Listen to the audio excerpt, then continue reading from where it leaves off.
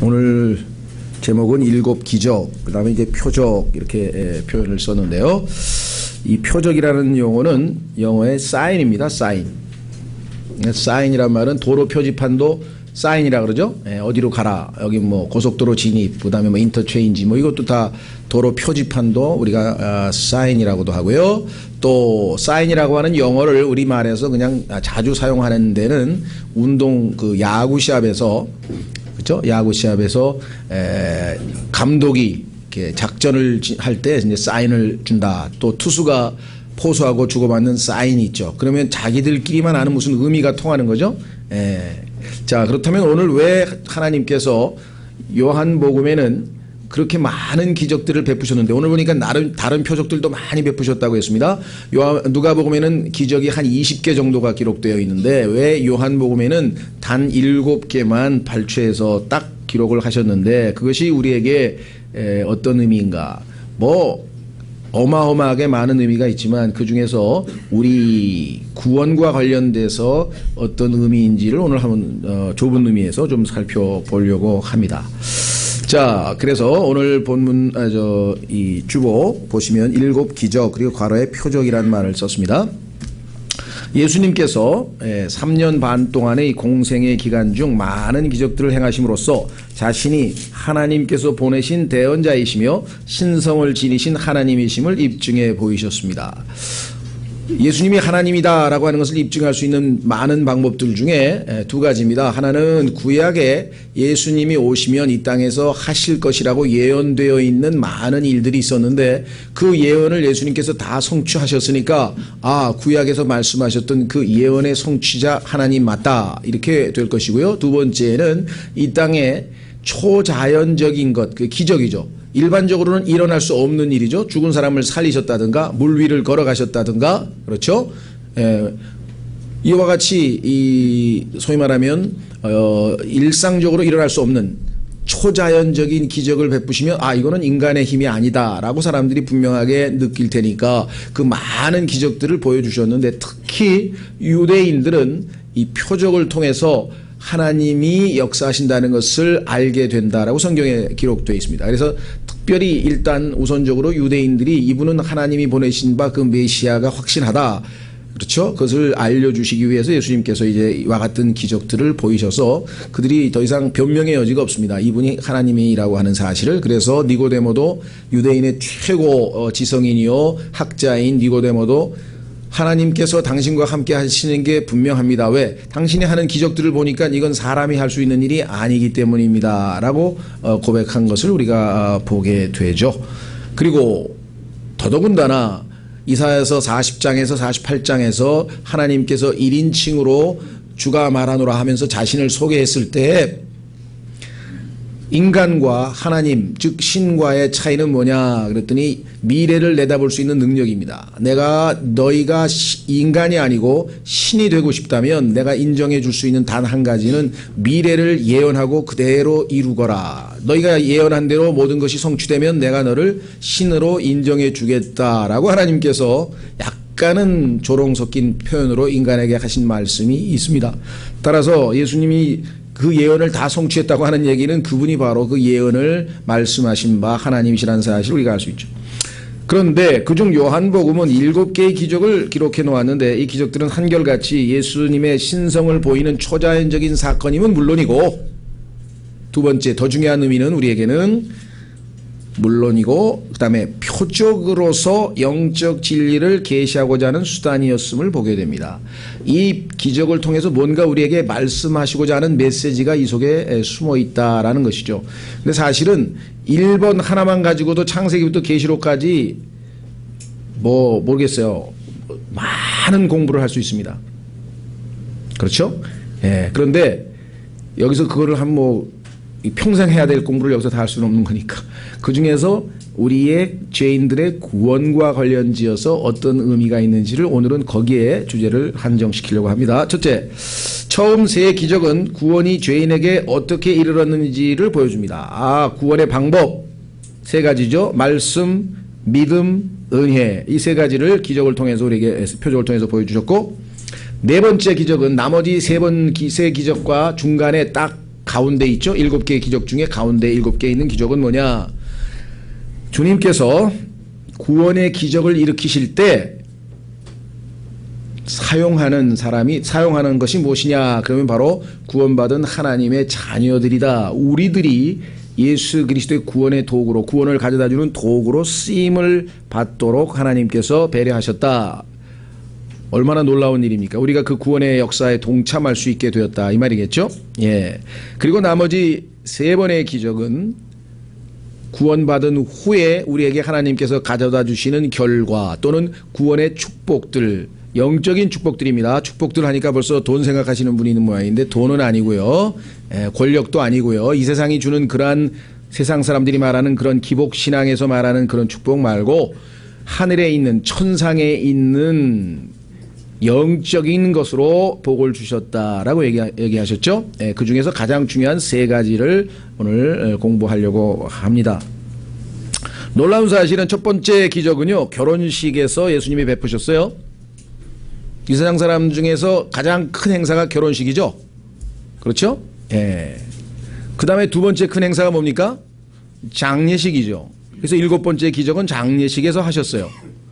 참 놀랍죠? 성경이 하나님께서 정말 창세 전에 계획해 놓으신 그 계획이 얼마나 놀라운지 몰라요. 인간들이 가장 즐거워하는 결혼식, 인간들이 가장 슬퍼하는 장례식에서 기적을 통해서 인간의 가장 즐거운 일부터 가장 슬퍼하는 일들까지 모든 일을 주관하고 계시는 분이 하나님이시라는 사실을 은연중에 암시해 주고 계신다. 그렇죠? 자, 그래서 우리 인생에도 결혼식 같은 즐거움만 있는 게 아니고 신앙생활에는 장례식 같은 슬픔도 있습니다. 당연히. 자, 첫 번째, 예수님께서 물을 포도즙으로 변화시켰다. 가나 혼인잔치에서 일어난 사건이었습니다. 한번 확인해 보겠습니다. 또 요한복음 2장 첫 번째 기적이죠. 그러니까 예수님께서 내 인생에도 기적을 좀 일으켜 주셨으면 좋겠다. 그런 분이 있으면은 결혼식을 하셔야 돼요. 아니면 적어도 결혼식장에 구경을 좀 가든지. 자, 요한복음 2장 셋째 날 갈릴리 가나에서 혼인잔치가 있어 예수님의 어머니도 거기 있었고 예수님과 그분의 제자들도 혼인잔치에 초대를 받았더라. 그들에게 포도즙이 떨어지매 예수님의 어머니가 그분께 이르되 그들에게 포도즙이 없다.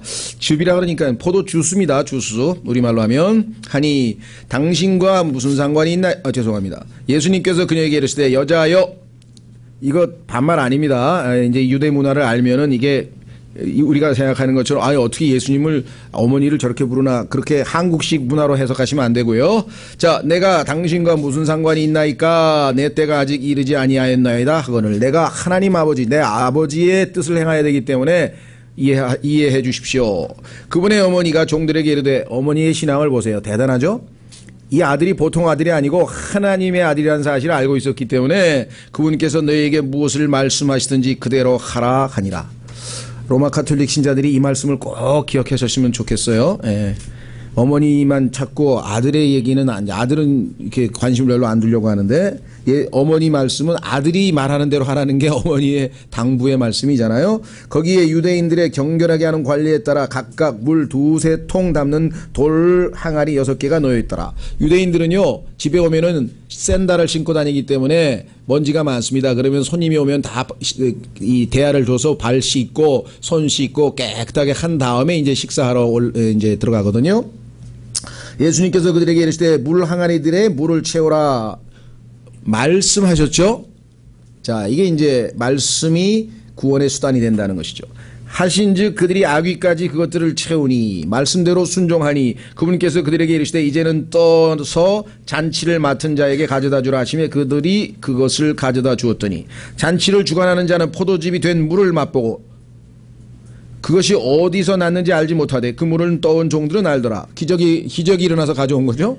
잔치를 맡은 자가 신랑을 불러 그에게 이르되 모든 사람이 처음에 좋은 포도즙을 내고 사람들이 충분히 마신 뒤에 덜 좋은 것을 내거늘 그대는 지금까지 좋은 포도즙을 남겨두었도다 하니라. 처음에 좋은 거 주고 두 번째 조금 이제 질이 떨어지는 거를 내는 게 그 잔치에서 하는 관행인데, 아니 어떻게 좋은 걸 아직까지 이렇게 많이 남겨놨느냐 이렇게 얘기를 했습니다. 자, 중요한 거는 오늘 초점은 뭐냐면 예수님께서 말씀한 대로 순종했더니, 그렇죠, 물이 생명이 담긴 포도주스가 되었다. 그렇게 성경에 써 있습니다. 그렇죠?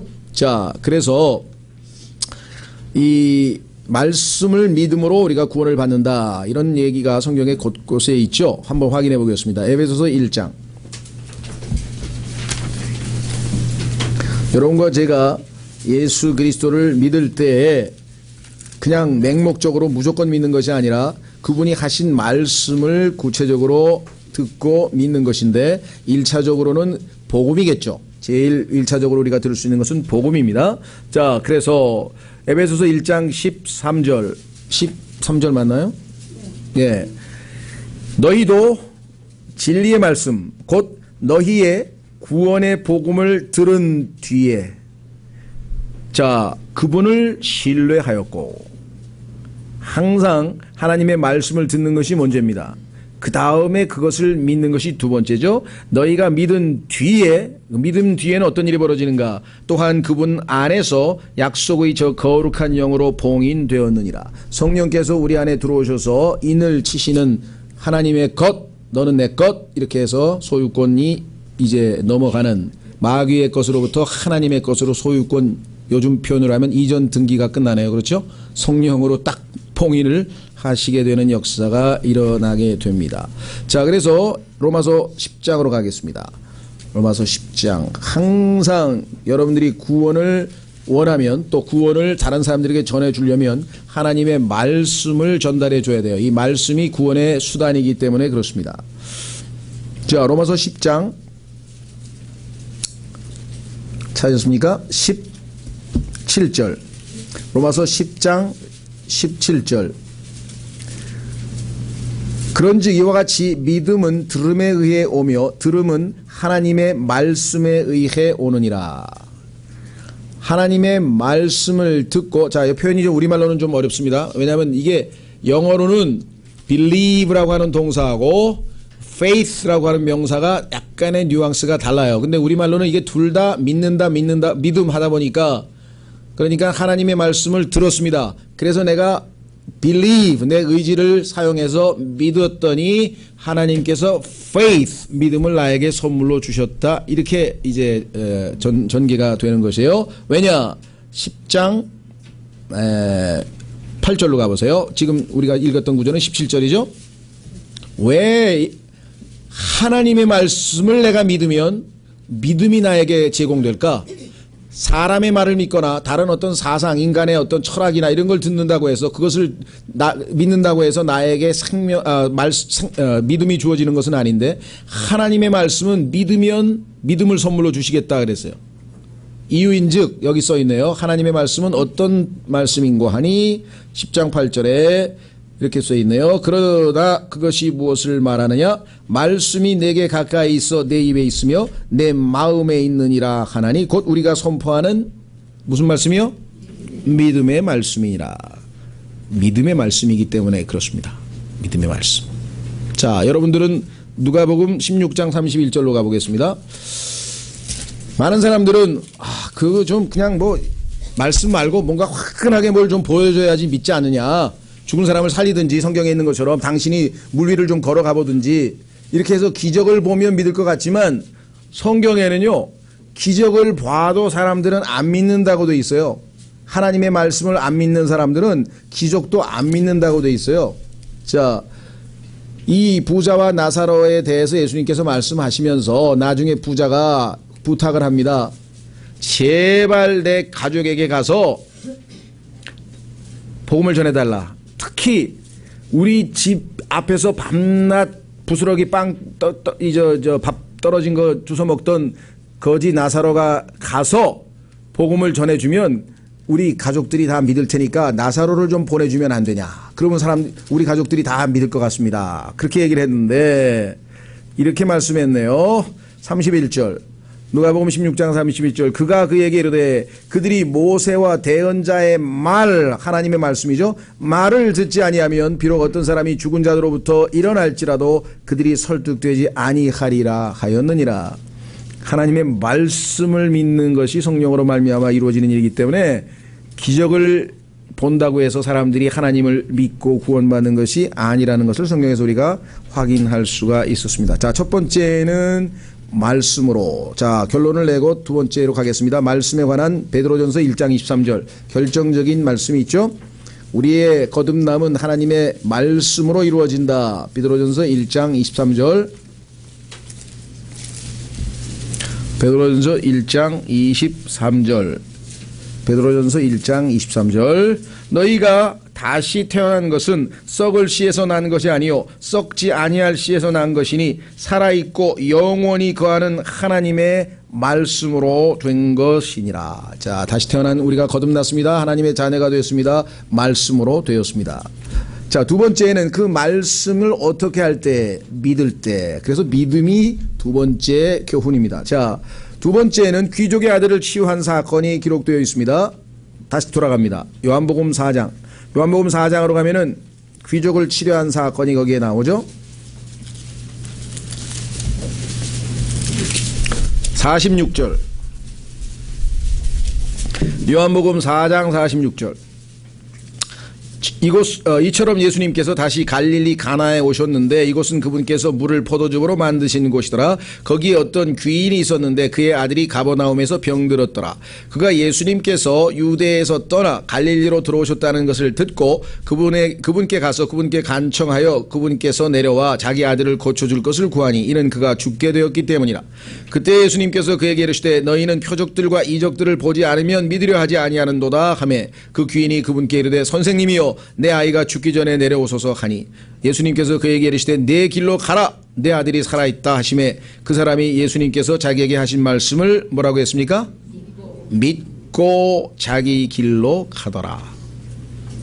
자, 그런데 결과는 어떻게 됐습니까? 51절. 이제 그가 내려갈 때 그의 종들이 그를 만나 그에게 고하여 이르기를 당신이 아들이 살아있나이다 하거늘 그때 그가 자기 아들이 낫기 시작한 시각을 그들에게 물은즉 그들이 그에게 말하되 어제 7시에 열병이 그에게서 떠났나이다 하매 이에 그 아버지가 그때가 바로 예수님께서 자기에게 내 아들이 살아있다 하고 말씀하신 그 시각인 줄 알고 그와 그의 온 집이 믿으니라. 이것은 또한 예수님께서 유대에서 떠나 갈릴리로 들어오신 뒤에 행하신 둘째 기적이니라.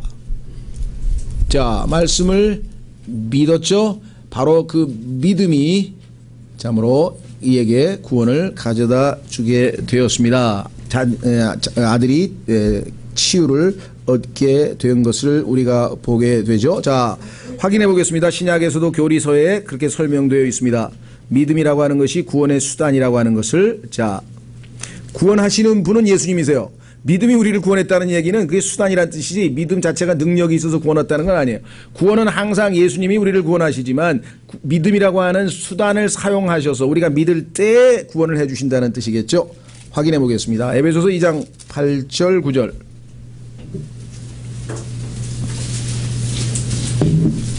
에베소서 2장 8절 9절. 너희가 믿음을 통해 은혜로 구원을 받았나니 그것은 너희 자신에게서 난 것이 아니요 하나님의 선물이니라. 아까 하나님의 말씀을 believe, 믿으면 faith, 믿음을 선물로 주신다 그랬죠. 여기 써 있죠. 믿음이 선물이라고 써 있습니다. 행위에서 난 것이 아닌 이것은 아무도 자랑하지 못하게 하려 함이라. 행위와 믿음은 반대죠. 믿음은 하나님이 다 행해 놓으신 것을 받아들이는 것이고 행위는 내가 노력해서 쟁취하려고 하는 것이고, 그런데 인간의 노력으로 그 누구도 구원을 쟁취할 수는 없다는 것을 우리가 잘 알고 있습니다. 따라서 우리는 두 번째 기적은 주님께서 구원이라고 하는 것은 믿음에 의해서 주어진다라고 하는 것을 우리에게 보여줍니다. 그러니까 1절과 2절은 항상 붙어가죠. 말씀을 믿을 때 그냥 아무거나 믿는 거 아닙니다. 예. 많은 분들이 무엇을 믿는지를 정확하게 잘 몰라요. 물어보면 예수님 믿는데, 그렇죠? 무엇을 믿습니까? 이게 예수님을 믿는데. 그러니까 구체적으로 무엇을 믿느냐? 예수님을 믿는데. 내용을 얘기해야 될 거 아니야. 예수님이 뭘 하셨는데, 우리 같으면 예수 그리스도께서 온 우주를 통치하시는 하나님이신데 인간이 죄 가운데에서 영원한 형벌로 멸망받는 것을 불쌍히 여기셔서 그 죄값을 치르시기 위해서 인간이 되셔서 이 땅에 오셔서 십자가에 달리셔서 죽으셨는데 그것이 내 죄값을 치르기 위하며 장사되셨다가 죄값이 다 치루어졌다는 것을 입증하기 위해서 부활하셔서 지금 현재 하나님 보좌 왕자 우편에 앉아 계셔서 누구든지 하나님의 말씀을 믿고 예수 그리스도를 신뢰하는 자들에게 구원을 주시는 온 우주의 주님이시다. 이렇게 이제 뭘 내용을 설명해야 될 거 아니에요. 뭘 믿느냐? 그냥 예수님을 믿는다. 그렇죠? 예. 그런 맹목적 믿음을 성경에서 말씀하고 있는 것이 아니라는 것. 하나님의 말씀.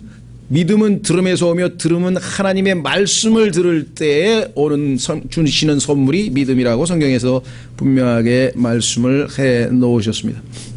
그렇죠?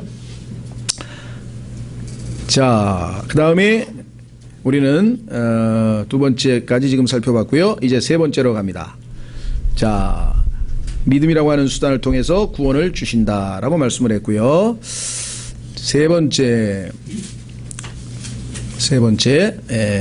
중풍 환자를 치유하시는 놀라운 또 기적을 5장 1절에서 9절에 확인해 보겠습니다. 요한복음 5장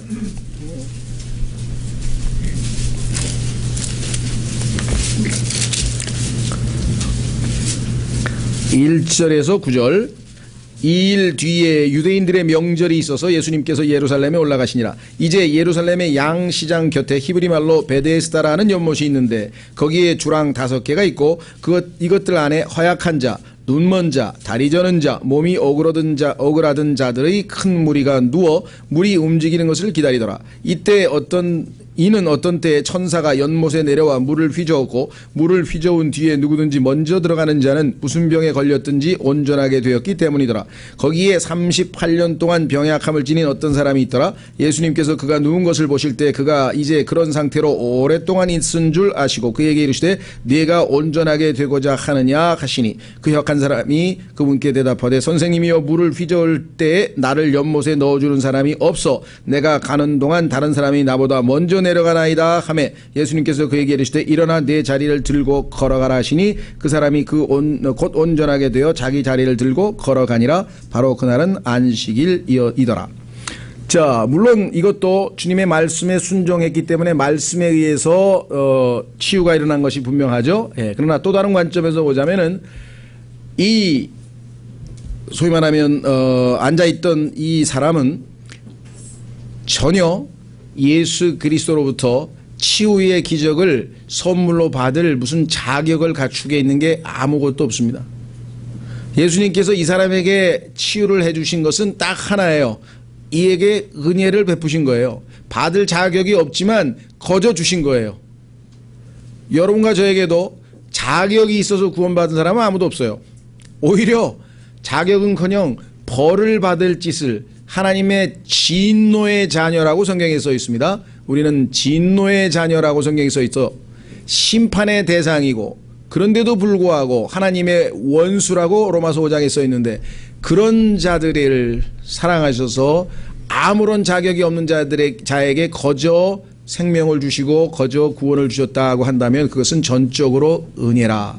그래서 아까 에베소서 2장 8절에 믿음으로 은혜를 통해 은혜에 의해 구원받는다고 하는 얘기가 아까 에베소 2장에 이미 한 번 더 나왔었죠. 자격을 없는데도 우리에게 거저 주신다. 그런 의미에서의 은혜라 이 말입니다. 그렇죠. 자, 우선 디모데후서 1장으로 한번 가보겠습니다. 디모데후서 1장에 가면은 이 은혜를 받아들이지 아니하고 자신의 행위로 선행으로 일을 해서 구원을 쟁취하려고 한다면 불가능하다는 사실을 우리가 잘 압니다. 디모데후서 1장 9절 디모데후서 1장 9절 그분께서 우리를 구원하시고 거룩한 부르심으로 부르신 것은 우리의 행위에 따르는 것이 아니요 자신의 목적과 은혜에 따른 것이니라. 그렇죠? 자, 디모데후서 1장 9절 다시 읽습니다. 그분께서 우리를 구원하시고 거룩한 부르심으로 부르신 것은 우리의 행위에 따른 것이 아니요 자신의 목적과 뭐라고 그랬습니까? 은혜에 따른 것이니라. 그 은혜는 세상이 시작되기 전에 어마어마하죠. 하나님께서 예비해 놓으신 이 은혜는 창세 전에 그리스도 예수님 안에서 우리에게 주어졌으나, 그러면 실제적으로는 언제 나타나느냐?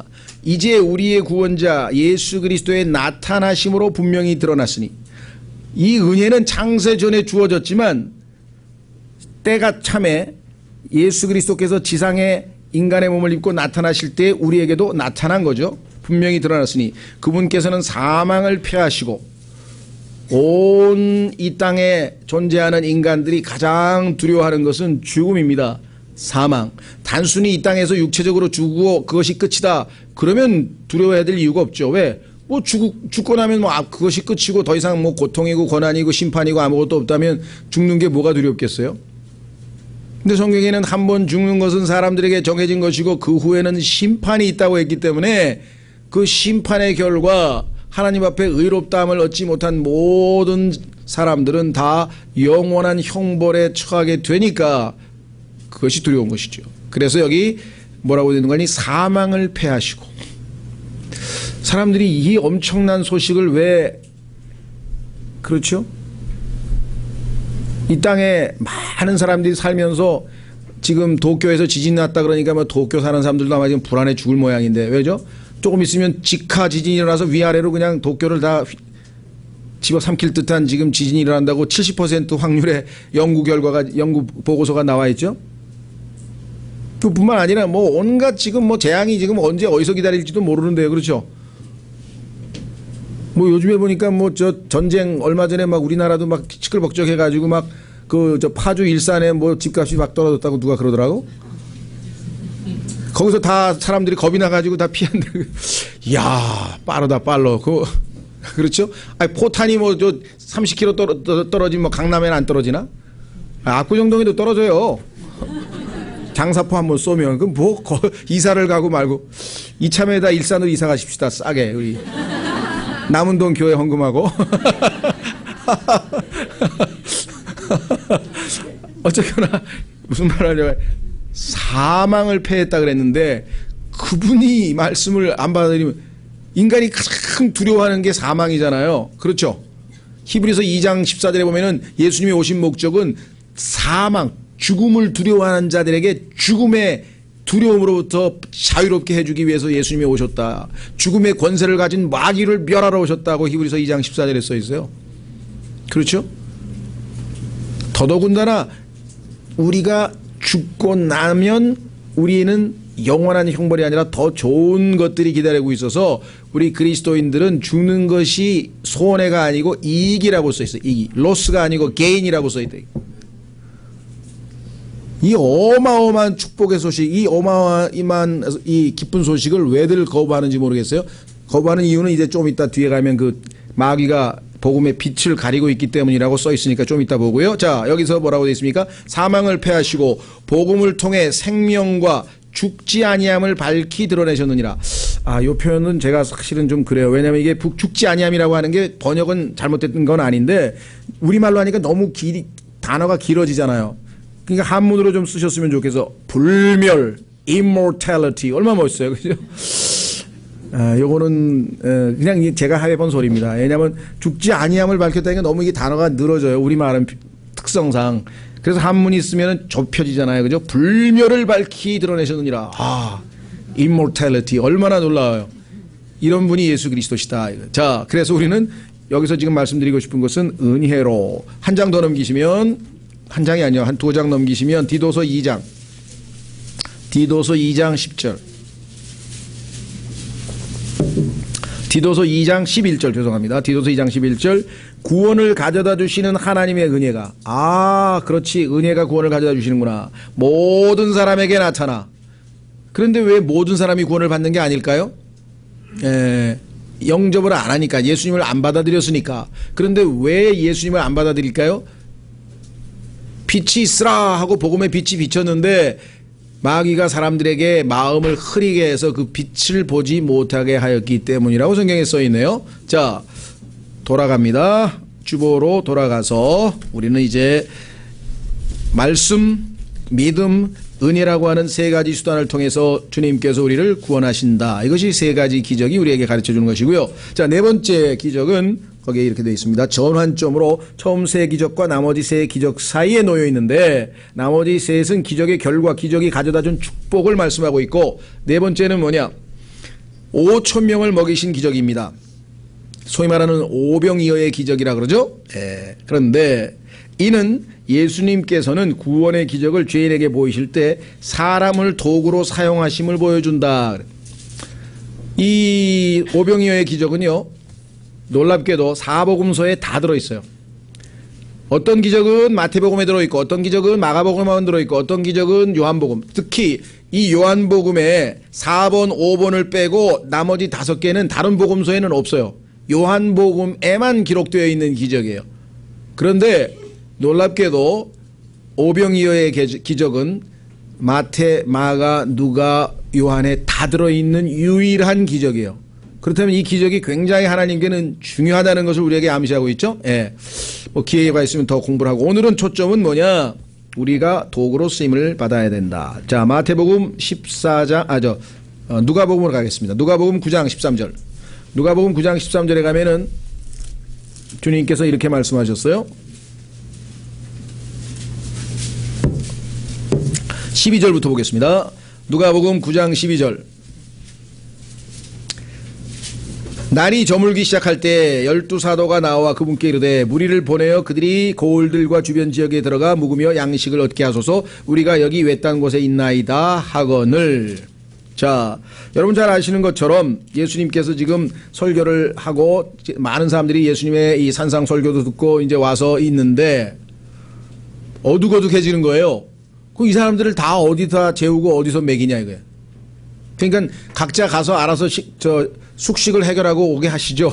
우리가 뭐 어떻게 이 사람들을 숙식을 해결해 줍니까? 하고 예수님께 말씀을 드렸더니 예수님께서는 아무렇지도 않게 간단하게 말씀을 한마디 하셨네요. 13절. 그분께서 그들에게 이르시되 너희가 그들에게 주워 먹게 하라. 너희가 그들에게 주워 먹게 하라? 여기서 놀래서 어떡해요? 이렇게 하는 사람은 아직 믿음이 적은 사람이고요. 믿음이 많이 성숙한 사람은 주님께서 또 뭔가를 하시려고 그러는구나. 뭘 하시려는가 하고 기대를 갖게 되는 거죠. 여러분들도 신앙생활이 점점 커지면요, 고난이 올 때 당황한 게 아니라 이번에는 또 어떤 역사를 일으키시려고 나를 이렇게 괴롭히시나. 욥도 왜 나를 이렇게 괴롭히십니까? 하나님께서 무슨 새디스트도 아니고 이유도 없이 우리를 괴롭히시겠습니까? 그 괴롭힘도 아니지. 사실은 하나님이 하시는 게 아니까 허락하심인데, 그 허락하심 뒤에는 엄청난 축복이 기다리고 있죠. 욥기에, 그래서 야고보서에 보니까 the end of Job, 욥의 결말을 보았느냐? 너희는 보았느냐? 그러니 욥은 행복한 사람 아니냐? 그래서 인내하는 자는 행복하다 하다니. 여러분들 다 행복해지고 싶죠? 성경이 뭐예요? 인내하는 자는 행복하나니. 나는 행복보다 더 행복해지고 싶다. 그럼 어떻게 돼요? 주는 자가 받는 자보다 더 행복하다니. 답은 다 가르쳐드렸는데 실천은 안 해. 믿음이 필요하니까. 이 말씀을 하신 하나님을 절대적으로 신뢰하면 실천에 옮긴다니까요. 왜? 확실하니까. 자, 누가복음 9장 13절. 그분께서 그들에게 이르시되 너희가 그들에게 주어 먹게 하라. 그러면서 주님이 이렇게 했습니다. 그들은 뭐라고 답변했습니까? 합리적인 답변을 했네요. 하심에 그들이 이르되 우리에게는 빵 5개와 물고기 2마리 외에 더 없사온즉 우리가 가서 이 온 백성을 위해 음식을 사지 아니하고는 할 수 없나이다. 이는 그들이 5,000명쯤의 남자들이었기 때문이라. 그럼 여자들까지 포함하고 애들까지 포함하면 엄청난 수인데 이걸 어떻게 먹입니까? 그런데 보세요. 그분께서 자기 제자들에게 이르시되 그들을 50명씩 무리지어 앉히라 하시니. 빵 사오란 얘기는 안 하고 앉히래. 내가 먹을 테니까. 주님께서 다 하시잖아요. 그렇죠? 그래서 신앙은 주님께서 우리를 통해서 행하시는 것을 감상하는 것이 신앙생활이에요. 성경에서 이제 내가 할 테니까 너희는 잠잠히 지켜보라 하고 출애굽기에 써 있잖아요. 그 홍해의 기적이 일어났잖아요. 자, 그래서 15절 제자들이 그렇게 하여 그것을 그들 다 안침해. 아니 안쳐서 뭐하게 해요? 빵도 없는데 5개 갖고 어떻게 먹여요? 그렇게 안 해요. 제자들은 이미 예수님을 많이 따라다녀봐서 다 알아요. 아, 또 뭔가를 하시는구나. 이에 그분께서 빵 5개와 물고기 2마리를 취하사 하늘을 우러러보시며 그것들을 축복하시고 떼어 제자들에게 주사 그래서 받아가지고 제자들이 한 일은 뭐예요? 무리 앞에 놓게 하시니 그냥 상만 차려서 나 갖다 줬어. 주님이 주셔서 받아다가 갖다 줬어. 여러분과 저도 복음 전하는 거예요. 하나님이 주시는 말씀 복음을 가져다가 전달해 주는 역할을 하는 것, 그것이 우리가 해야 되는 일이죠. 그들이 먹고 다 배를 채우고는, 배를 채웠다는 얘기 아시죠? 만족했다 이거예요. 예수 그리스도를 만나면 우리의 삶이 진정한 만족을 누릴 수가 있습니다. 물질적이든 영적이든 다. 자기들에게 남은 조각을 12바구니나 거두었더라. 항상 내 잔이 넘치나이다. 모자란 법이 없어요. 예수 그리스도와 함께하면 풍성하고 넘치는 삶을 살게 됩니다. 그래서 시편 23편에서도 내 잔이 넘치나이다 이렇게 고백을 하는 것을 우리가 보게 됩니다. 그렇죠? 예. 자, 그런데 문제는 뭐냐? 우리가 도구로 사용될 때 한 가지가 요구됩니다. 그것은 뭐냐면 깨끗해야 돼요. 디모데후서에 보면은 많은 그릇들이 있는데 귀한 그릇, 천한 그릇 뭐 그게 중요한 게 아니라 그릇이 깨끗해야 사용할 수 있어요. 하나님의 말씀은 순수한 말씀이라고 성경에 말씀했습니다. 순수한 말씀이 우리라고 하는 사람이라고 하는 이 도구를 통해서 다른 사람에게 전달이 됩니다. 그런데 내가 깨끗하지 못한 상태에 있으면 오염물질이 들러붙어서 전달이 된다. 그렇죠? 예. 그 수원지에서 뭐 한강물을 요즘에 아리수라고 하죠. 아리수를 갖다가 만들어서 깨끗하게 염소로 소독을 해가지고 다 보냈습니다. 어떤 집에는 깨끗한 물이 나와요. 근데 어떤 집에는 보니까 이게 뭐 녹물 비슷하게 뭐 색깔이 누렇게, 왜 그럴까요? 예, 수도관이 낡아가지고 거기에 녹이 슬어가지고 그런 물이 나오는 거죠. 그렇죠? 처음에 보내는 사람은 깨끗한 물을 보냈어요. 하나님께서는 순수한 말씀을 보냈어요. 그런데 그 말씀을 전달하는 자가 교만하고 욕심 많고 온갖 육신적인 때가 잔뜩 끼어가지고 하나님의 말씀이 오염돼서 전달이 돼버리면 역사가 일어나겠냐 이 말이죠. 그렇죠? 예, 그래서 성경에 보니까 주님이 사용하시는 그릇은 깨끗한 그릇이다. 어떻게 해야 됩니까? 말씀의 물로 매일매일 씻어야 되고요. 두 번째, 죄를 지었을 때는 예수 그리스도의 보배로운 피로 씻어야 되고요. 그래서 예수 그리스도의 피를 매일매일 삶에서, 죄 한 번도 안 짓는 사람은 뭐 피를 적용할 필요는 없겠지만요. 그래도 뭐 하루 이틀 안 짓다가도 질 거 아니에요. 무슨 죄를 짓더라도.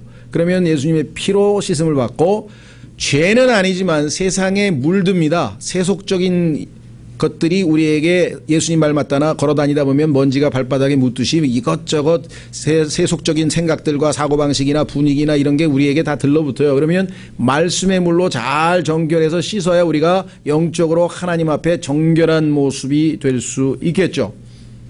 그렇죠? 예.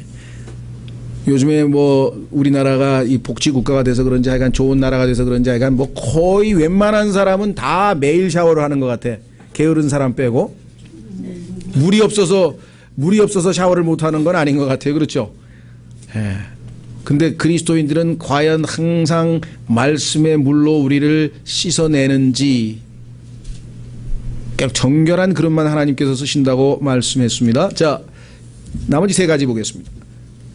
나머지 3 기적은 믿는 자들이 얻는 구원의 결과들인데요. 첫 번째는 폭풍을 잠잠케 하심. 무리를 걸어오셨던 그 유명한 사건이죠. 6장 15절로 갑니다. 6장 15절.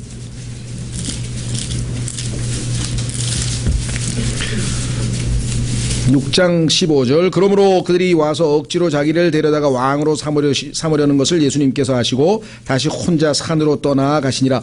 이제 저녁이 되매 그분의 제자들이 바다로 내려가서 배에 올라 바다를 건너 가버나움으로 가는데 이제 날이 어두웠고 예수님께서는 아직 그들에게 오지 아니하셨더라. 큰 바람이 불어 바다가 출렁이더라. 이에 그들이 노를 저어 25 내지 30 스타디온쯤 가다가 예수님께서 바다 위로 걸어 배에 가까이 오는 것을 보고 두려워하거늘 그분께서 그들에게 이르시되 나니 두려워하지 말라 하시니라. 이에 그들이 그분을 반가이 배로 받아들였고 배는 곧 그들이 가려던 물에 이르렀더라. 가만 있어봐. 이거 어딜 봤어요? 예, 가만 있어봐.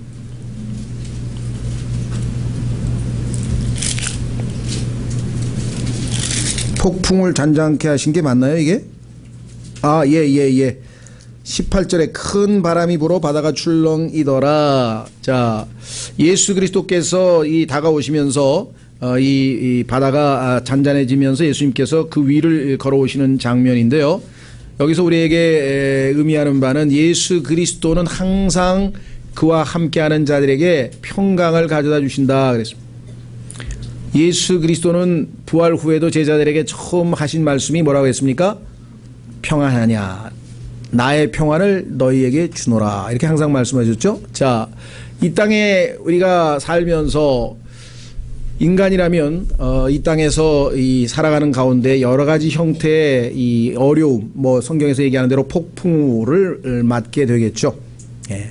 그런 가운데에서 우리의 삶이 진정한 화평을 누리려고 한다면 참 평화이신 예수 그리스도, 평강의 왕이신 예수 그리스도가 우리에게 필요하다. 자, 예수님을 믿고 여러분과 저에게 첫 번째로 주어진 영적 축복이 뭐냐? 성경에서 평강이라. 그래서 하나님과 함께하는 화평 확인해 보겠습니다. 로마서 5장 1절. 로마서 5장 1절로 가시면 놀라운 말씀이 기록되어져 있습니다.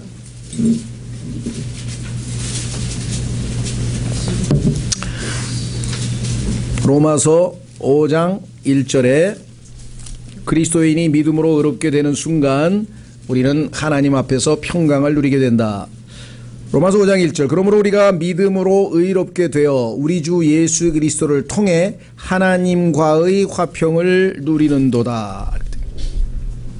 자, 예수님을 믿기 전에 일상생활에서 우리가 매일 죽음을 두려워하는 것은 아닙니다. 그렇죠?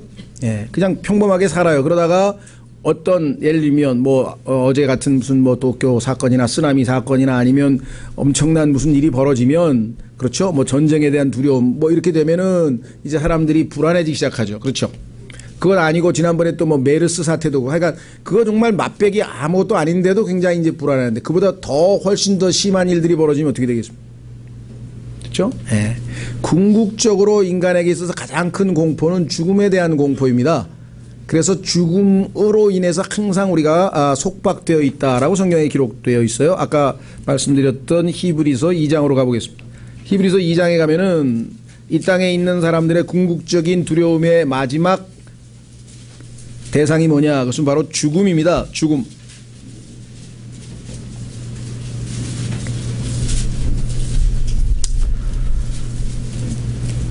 이 세상에 있는 사람들은 두 종류예요. 하나님 얘기를 하면 진화론에 많이 오염되어 있거나 아니면 현실에 너무 빠져 있어서 그와 같은 생각을 아예 안 해본 사람인 경우에는 뭐 무관심하거나 무시해버리겠죠. 하나님 뭐 종교 얘기 나 이제 관심 없어, 이런 사람들이 있을 것이고요. 삶에서 뭔가 큰 계기가 있어서 하나님에 대해서 뭔가 인식을 하고 있지만, 그렇죠, 있는 사람들의 경우에는 큰 죄를 졌다든가 하나님한테 한번 혼이 난 적이 있다든가 이런 사람들은 이제 두려움의 대상이 됩니다. 그렇죠? 예. 하나님 그러면 벌써 자기 전지전능하시다 그러니까 내가 평생 동안 지은 죄를 다 아실 거 아니야. 가만히 있어봐. 등등등 두려움, 불안 이렇게 생기겠죠. 자, 히브리서 2장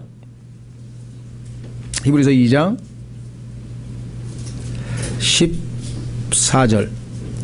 히브리서 2장 14절. 그런즉 자녀들은 살과 피에 참여한 자들이므로 그분도 마찬가지로 같은 것의 일부를 취하셨으니 예수님도 인간이 되셨다 이 말씀이죠. 이것은 그분께서 죽음을 통해 죽음의 권능을 가진 자 마귀를 멸하시고, 마귀가 가지고 있는 가장 큰 무기는 죽음입니다. 그런데 그 죽음이라고 하는, 그렇죠? 그것을 예수님께서 받으심으로 말미암아 우리들에게는 그 무기를 더 이상 사용할 수 없게 만들어 버리셨다, 그런 뜻입니다. 마치 벌이 그 침을 쏘고 나면 그 다음에는 그 벌은 무기가 더 이상 없잖아요. 그렇죠? 침을 쐈으니까 이제 그 벌은 두려워할 필요가 없잖아요. 쏠 수가 없으니까. 그런 거나 마찬가지죠. 15절 또 죽음을 두려워하여 평생토록 속박에 얽매인 자들을 건져내려 하심이라. 많은 사람들이 왜 죽음을 두려워하는지 아십니까? 만약에 일반적으로 사람들이 속고 있는 것처럼 죽으면 끝이다. 예, 대표적인 케이스가 여호와의 증인들인데요. 죽으면 끝이래요. 죽으면 우리 존재 자체가 아예 없어져 버린대. 그럼 뭐가 두려워요? 죽으면 아예 없어지고 고통이고 의식이고 남아있는 게 아무것도 없는데, 그렇죠? 예. 그런데 많은 사람들의 경우에는 죽으면 끝이 아니고 뭔가 있을지도 모른다는 불안감에 사로잡혀 있는 거예요. 그렇죠? 죽음 후에 있을 그것에 대한 두려움이 공포로 작용하고 있는 것이에요. 그것은 왜 그러냐? 그것은 인간에게 하나님께서 심어놓은 것이에요. 그것 때문에 많은 사람들이 예수 그리스도께로 나오는 어떤 계기가 돼요. 그렇죠? 어렸을 때 교회를 친구 따라 한 3년 다녔는데 교회에서 지옥이 있다는 얘기를 들었어. 그런데 그때부터 인생에서 참 좀 형편없이 살았어. 그래서 못된 짓을 많이 했어. 그래서 언젠가 나는 만약에 지옥이 있다면 나는 하늘나라는 못 갈 거야. 아마 지옥에 갈 거야. 이런 공포 속에 살았어. 만약에. 그런 경우 어떻게 되겠어요? 얼마나 이 두려움에 시달릴 것인가를 우리가 생각해 본다고 한다면, 은연중에 알게 모르게 지옥의 공포 가운데에서 살아간 사람들이 많습니다.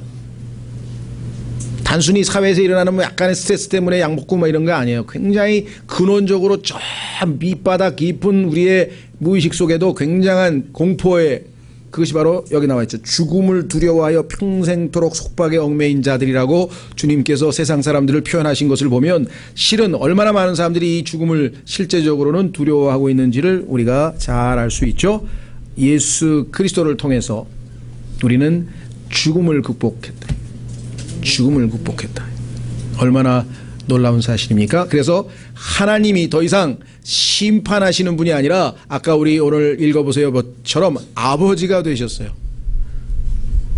문제는 안타깝게도 오늘날 이 세상에 너무나 많은 아버지들이 아버지 노릇을 제대로 못해가지고 아버지 하면 나쁜 이미지를 가지고 있는 사람도 너무나 많아. 우리 아버지는 어렸을 때 나만 항상 두드러 팼어. 그러니까 하나님 아버지 그러니까 와닿질 않아. 이해가 되시겠어요? 예, 이 트라우마를 또 치유를 해줘야 돼. 하나님 아버지 그랬더니 난 아버지 싫어요. 그런 사람이 너무 많어. 마귀가 참 머리가 좋죠? 우리는 하나님 아버지 하면 막 아까도 우리 눈물도 흘리시고 감격해가지고 나 같은 자가 하나님을 아버지로 모시게 되다니, 막 이렇게 돼야 정상인데, 너무나 많은 사람들이 잘못된 아버지를 둬가지고 아버지 하면 벌써, 그래서 하나님 아버지? 그럼 난 안 믿을래. 나 아버지 싫어. 이렇게 만들어놨어요. 실제로. 그래서 이 하나님이 얼마나 좋으신 아버지인가를 나쁜 아버지가 아니고 좋은 아버지라를 또 설명을 해줘야 돼. 어렵죠. 자, 어쨌거나, 자, 여섯 번째. 소경을 치유하셨는데요. 9장 1절서부터 7절까지. 유명한 말씀이죠. 태어나면서부터 소경인 자를 치유해 주셨습니다. 9장 1절 예수님께서 지나가실 때 태어날 때부터 눈먼 사람을 보시매 그분의 제자들이 그분께 여쭈어 이르되 선생님이여 누가 죄를 지었기에 그가 눈먼 자로 태어났나이까 이 사람이니까 그의 부모니이니까 하니 예수님께서 대답하시되 이 사람이나 그의 부모나 죄를 짓지 아니하였으며 다만 이것은 그에게 하나님의 일들을 나타내고자 함이니라. 낮일 때에 내가 반드시 나를 보내신 분의 일을 하여야 하리니 밤이 오면 그때는 아무도 일할 수 없느니라. 내가 세상에 있는 동안에는 세상의 빛이로다 하시니라. 이렇게 말씀하시고는 그분께서 땅에 침을 뱉고 침으로 진흙을 이겨 그 눈먼 사람의 눈에 진흙을 바르시며 그에게 이르시되 가서 실로암 못에서 씻으라 하시니, 실로암은 번역하면 보내어졌다는 뜻이라. 그러므로 그가 자기 길로 가서 씻고 그 다음에 뭐라고 됐습니까? 보게 되었더라. 드디어 그에게 빛이 임했네요. 빛이 차단되었던 자가. 그렇죠? 예. 뭐 외침을 바르셨습니까? 이거는 또 따로 공부를 해. 성경 공부를 또 많은 구절을 찾아야 돼요. 그러니까 그 궁금하신 분은 하여간 또 기회가 있으면 공부할 수 있으면 좋겠습니다. 자, 여기 보시면 빛을 가져다 주셨다라고 성경에서 말씀하셨네요. 자, 사도행전 26장 15절로 가겠습니다. 사도 바울의 예를 통해서 빛을 되찾은 사도 바울의 모습을 보겠습니다. 사도행전 26장 15절. 사도 바울이 다마스커스로 가는 도중에 하늘에서 예수 그리스도께서 빛으로 나타나셔서 그가 눈이 멀었죠. 그리고 그에게 이제 당부하고 계시는 장면입니다. 내가 너를 왜 구원했느냐, 그 구원의 목적을 가르쳐 주시는 장면이에요. 16절. 사도행전 26장 16절. 오직 너는 일어나 네 발로 서라. 내가 내게 나타난 것은, 예수님이 나타나신 목적을 가르쳐 주죠. 이 목적을 성취하기 위함이니 곧 내가 본 이 일들과 또 앞으로 내가 내게 나타낼 그 일들에 대하여 너를 사역자와 증인으로 삼기 위함이라. 내가 너를 백성과 이방인들에게서 건져내어 이제 그들에게로 보내는 것은, 보내는 이유가 뭐냐? 18절. 그들의 눈을 열어주어 그들을 어둠에서 뭐라고요? 빛으로, 사탄의 권세에서 하나님께로 돌아오게 하려 하며, 또 그들이 죄들의 용서를 받고 내 안에 있는 믿음으로 거룩히 구별된 자 가운데서 상속유업을 받게 하려 함이더라. 그렇죠? 복음을 받아들여서 구원을 받으면 우리는 영적으로 눈이 띄어서 이제 더 이상 어둠 가운데 있지 아니하고 빛 가운데 놓이게 된다. 골로새서 1장으로 가겠습니다. 골로새서 1장. 우리가 구원받는 순간 우리는 어둠의 권능에서 벗어나서 빛의 왕국인 아들의 왕국으로 옮겨졌다. 골로새서 1장 12절. 골로새서 1장 12절. 우리를 빛 가운데서 성도들의 상속유업에 참여하는 자가 되기에 합당하게 하신 아버지께 감사되기를 원하노라. 그분께서 우리를 어둠의 권능에서 건져내사 자신의 사랑하는 아들의 왕국으로 옮기셨느니라. 어둠과 빛. 자, 고린도 후서로 갑니다.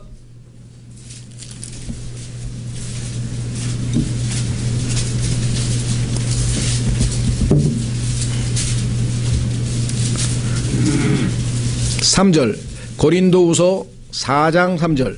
고린도후서 4장 3절. 만일 우리의 복음이 가려졌다면 그것은 잃어버린 자들에게 가려졌느니라.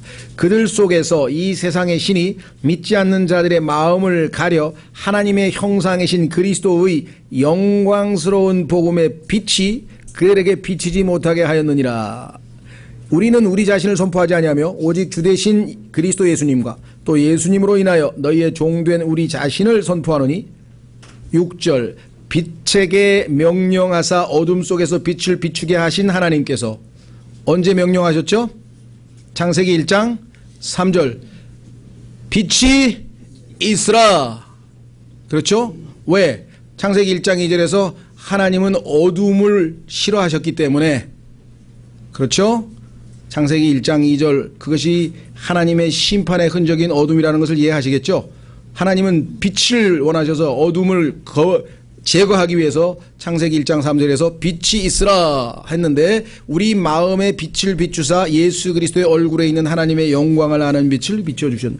창세기 1장에서 어둠을 제거하기 위해서 빛이 있으라 하신 하나님이 어둠 가운데 살던 우리에게 복음의 빛으로 빛을 비추어서 예수 그리스도를 믿게 한 것과 같은 이치라고 성경에 설명하고 있네요.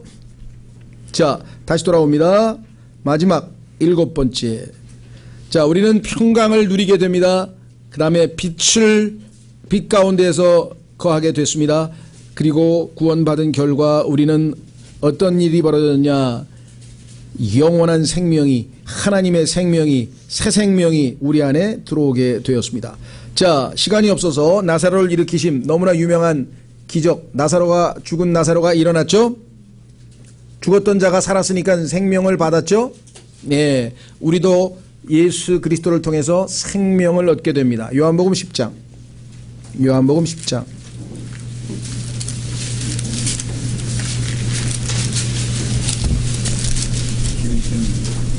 10절, 요한복음 10장 10절.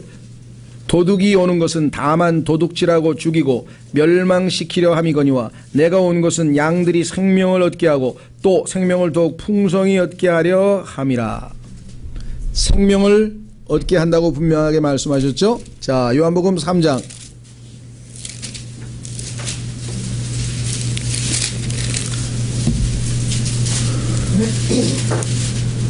14절 15절. 요한복음 3장 14절 15절. 구약 민수기에서 놋뱀이 높이 달려서 불뱀에 물렸던 이스라엘 백성들이 놋뱀을 쳐다보면 다 치유를 받고 살았는데 그것이 바로 예수 그리스도가 그 일을 십자가에서 하실 것을 말씀하고 있죠. 14절. 모세가 광야에서 뱀을 든 것 같이 사람의 아들도 반드시 들려야 하리니 이것은 누구든지 그를 믿는 자는 멸망하지 않고 뭐라 그랬습니까? 영원한 생명을 얻게 하려 함이라. 그렇죠? 영원한 생명을 얻게 하려 함이라. 자, 두 구절만 더 찾겠습니다. 에베소서 2장 1절.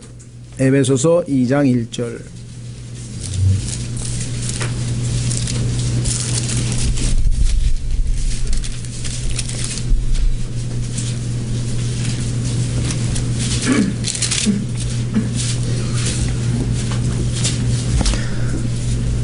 에베소서 2장 1절. 또 그분께서 범법과 죄들 가운데서 죽었던 너희를 어떻게 했다고요? 살리셨도다. 우리에게 생명을 주신 것이죠. 살리셨도다. 너무나 많은 사람들이 이 생명을 얻기 위해서 뭔가를 해야 되는 줄 알고 있습니다. 제가 그냥 찾지 마시고 읽어드릴게요. 보라, 어떤 사람이 나와 그분께 이르되 선한 선생님이여 내가 무슨 선한 일을 하여야 영원한 생명을 얻으리까 하매. 많은 사람들이 이 부자 청년처럼 예수 그리스도 앞에 와서 뭔가를 함으로써 영원한 생명을 얻고자 하지만 아까도 말씀드렸습니다. 구원은 하나님의 말씀을 듣고 믿을 때에 은혜로 거저 주시는 것이지 노력에 의해서 주는 것이 아닙니다. 생명은 무엇인가? 예수님을 믿고 구원받는 사람들에게 주께서 주시는 축복입니다. 평강과 빛과 생명을 통해서 이 땅에서 이제는 하나님의 자녀답게 죄를 물리치고 어둠을 물리치고 불안을 물리치고 사망을 물리치고 살아갈 수 있는 능력을 우리에게 주신 것이죠. 그렇죠? 우리는 선물로 받은 것이지 노력해서 그것을 쟁취하는 것이 아니라는 것이죠. 자, 그래서 오늘 이 7가지 기적을 통해서 우리는 주님께서 가르쳐 주시고자 하는 가장 기본적인 구원과 구원의 결과에 대한 것을 우리가 한번 살펴보았습니다. 그 밑에 나와 있는 PS는요, 요한복음의 8번째 기적이 있는데 이것은 세상에 대해서 하신 기적이 아니라 제자들에게 특별히 따로 하신 기적이기 때문에 우리가 별도로 나중에 공부할 수 있으면 좋겠습니다. 그래서 오늘은 죄인들에게 찾아와서 구원을 베푸시고 그 축복을 주시는 그 예수 그리스도를 소개하기 위해서 기록된 요한복음의 기록 목적에 부합되는 7 기적을 살펴보았습니다.